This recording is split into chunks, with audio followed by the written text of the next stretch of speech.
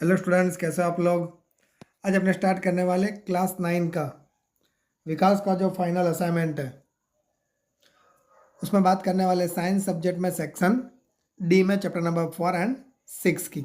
इसके पहले ऑलरेडी मैंने बहुत सारे वीडियो मैथ्स के और साइंस के अपलोड करके यूट्यूब पे रख दिया है। जो आपने नहीं देखा हो तो उसकी लिंक आपको नीचे डिस्क्रिप्शन में मिल जाएगी। इसके अलावा मैं भी अगर आपको ट्यूशन की रिक्वायरमेंट है अहमदाबाद में तो आप मुझे कॉन्टैक्ट कर सकते हो कमेंट में लिख कर, या तो हमारी इंस्टाग्राम आईडी पर भी आप बता सकते हो, उसकी लिंक आपको नीचे प्रोवाइड कर दी जाएगी। ओके, स्टार्ट करेंगे without time wasting. Section D chapter number 4। Read the question number 1 chapter 4। Describe an experiment explaining Rutherford's atomic model, state the conclusion of the experiment. देखो, फर्स्ट ऑफ उसका diagram की requirement होती है, तो Rutherford ने जो diagram बनाया था, फर्स्ट ऑफ गोल्ड फॉल लिया था, रे पास आउट किए थे, अल्फा रेस, बहुत सारे रे पास हो गए थे but some of the rays क्या होते, डिफ्लेक्टेड हुए थे। ओके, तो इस तरह का एक डायग्राम है, रिप्रेजेंट किया गया। डायग्राम मस्ट भी ड्रॉ करना रिक्वायरमेंट है क्योंकि ये सेक्शन डी में आएगा, 4 मार्क का क्वेश्चन है। ओके, बात करेंगे आगे। He selected the gold foil because he wanted to as thin a layer as possible. Right, gold foil ही क्यों चूज़ किया था, क्योंकि वो ऐसा मेटल है कि जो बहुत थिन हो सकता है। This gold foil was about the 1000 atom thick. कितना था? 1000 एटम थिक था। सेकंड बात करेंगे, alpha particles are double charge. कैसे होते हैं अल्फा पार्टिकल्स? डबल चार्ज होते हैं, helium ions. Since they have the mass, जिसका मास क्या होता है? फॉर यू, मतलब फॉर एटॉमिक मास होता है। एंड इसके अलावा the fast moving alpha particles have considerable amount of energy, जिसमें एनर्जी भी बहुत ज़्यादा होती है, इसलिए क्या किया था? डबल चार्ज अल्फा पार्टिकल का यूज़ किया गया था। ओके, नेक्स्ट बात करेंगे, observe most of the fast moving alpha particle pass through the gold fall. मतलब बहुत सारे अल्फा पार्टिकल ऐसे थे जो गोल्ड फॉल में से पास हो गए थे। Some of the alpha particle are deflected, मतलब बहुत कम एंगल क्या हुए थे? डिफ्लेक्टेड हुए थे स्मॉल एंगल से। एंड जब देखा गया मतलब एक्सपेरिमेंट के कंफर्म देखा गया तो 1 आउट ऑफ मतलब 1:12 मतलब 12,000 रे पास हो गए, तब जाके एक रे क्या हुआ? रिबाउंड हुआ। डन। बात करेंगे, इसमें एक क्वेश्चन उन्होंने और पूछा था कंक्लूजन की, तो कंक्लूजन क्या आएगा? Most of the space inside the atom is empty. मतलब जो अल्फा पार्टिकल का जो बीच में न्यूक्लियस है और बाजू बाजू वाले जितना भी पार्ट है वो कैसा होता है? एम्प्टी होता है। Okay, next, positive charge of the atom occupied the very little space.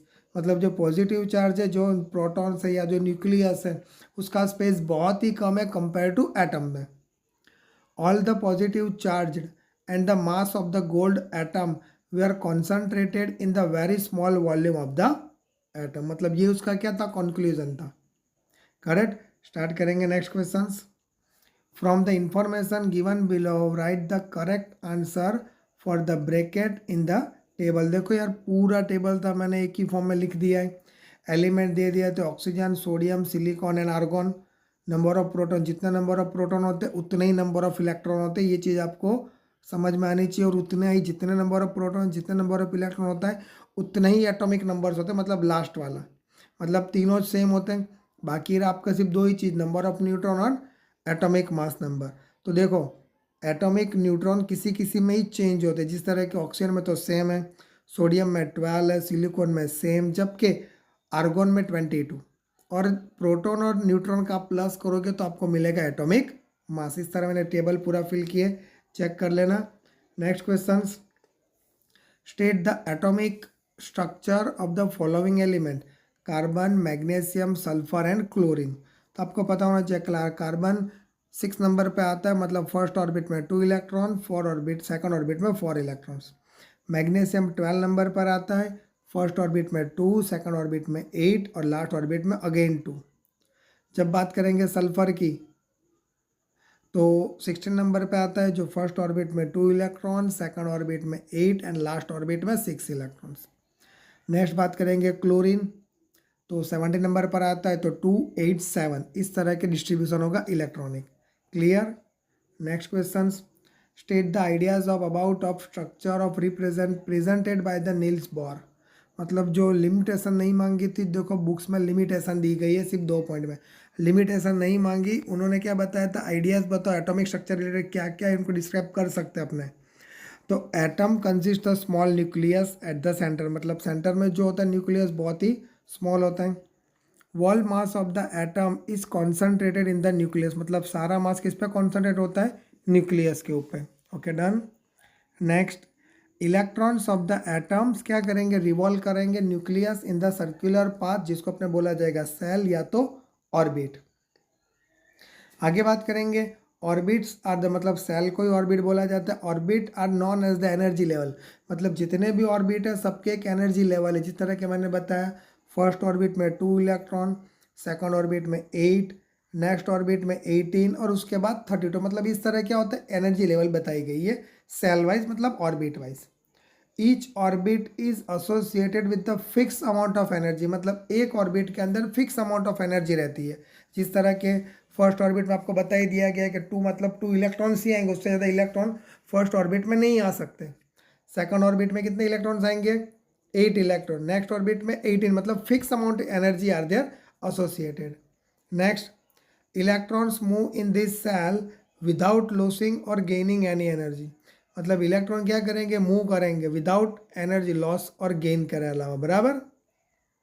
Okay next, question number 5, write the arrangement of electrons orbit of the following element, मतलब आपको बेरिलियम, नाइट्रोजन, एल्यूमिनियम और सल्फर नाम दे दिए गए थे, आपको अरेंजमेंट करना है KLM।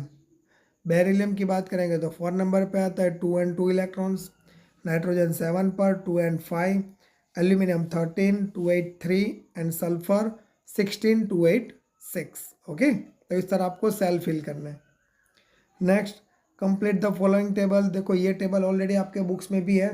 Last questions, atomic number दे दिया गया था, मास नंबर गिवन, मतलब एटॉमिक नंबर दे दिया गया 9 16 12 एंड 1। मास नंबर नहीं मिल सकता क्योंकि उसके पहले आपको क्या करना पड़ेगा, प्रोटॉन और इलेक्ट्रॉन लिख देने पड़ेंगे, करेक्ट। अब प्रोटॉन इलेक्ट्रॉन लिखने के बाद आपको पता होना चाहिए कि भाई अगर वो 9 नंबर पे आता है तो कौन सा नंबर, मतलब कौन सा एलिमेंट है, फ्लोरीन, तो फ्लोरीन का न्यूट्रॉन कितना आता है, 10 आता है, ये थोड़ा रिमाइंड कर लेना। जबकि सल्फर का 16 एंड जो 12 number magnesium. Okay, and last 1, तो ऑलरेडी उन्होंने प्रोटॉन दे दिया, सॉरी इलेक्ट्रॉन और न्यूट्रॉन गिवन था, जितने इलेक्ट्रॉन होंगे उतने ही प्रोटॉन हो गए आपके 1, करेक्ट। तो इस तरह उसका टेबल से एंड उसके नाम है fluorine, sulphur, magnesium and deuterium, correct. Okay, and proton और न्यूट्रॉन का प्लस करेंगे तब जाके आपका इसको एटॉमिक मास मिलेगा, right. Okay next, an atom element X has a 7 electrons in the M shell, मतलब एम सेल में कितने, एम सेल में 7 इलेक्ट्रॉन, मतलब जबकि के और एल सेल भरने के बाद ही एम सेल पे पहुंचेंगे। मतलब एक चीज़ आपको भी कंफर्म हो जानी चाहिए कि मतलब आगे के सेल में 2 इलेक्ट्रॉन हो गए, एल सेल में 8 हो गए, तभी जाके एम सेल आपका फिल हुआ होगा। मतलब कॉन्फ़िगरेशन 287, एटॉमिक नंबर 17, मेटल और नॉन मेटल तो 17 नॉन मेटल्स, एनायन और कैटायन तो anion. Okay next, what will the element x, element कौन सा होगा, 17 नंबर पे कौन सा एलिमेंट आता है, क्लोरीन, एंड वैलेंसी क्या होगी 1, क्लियर।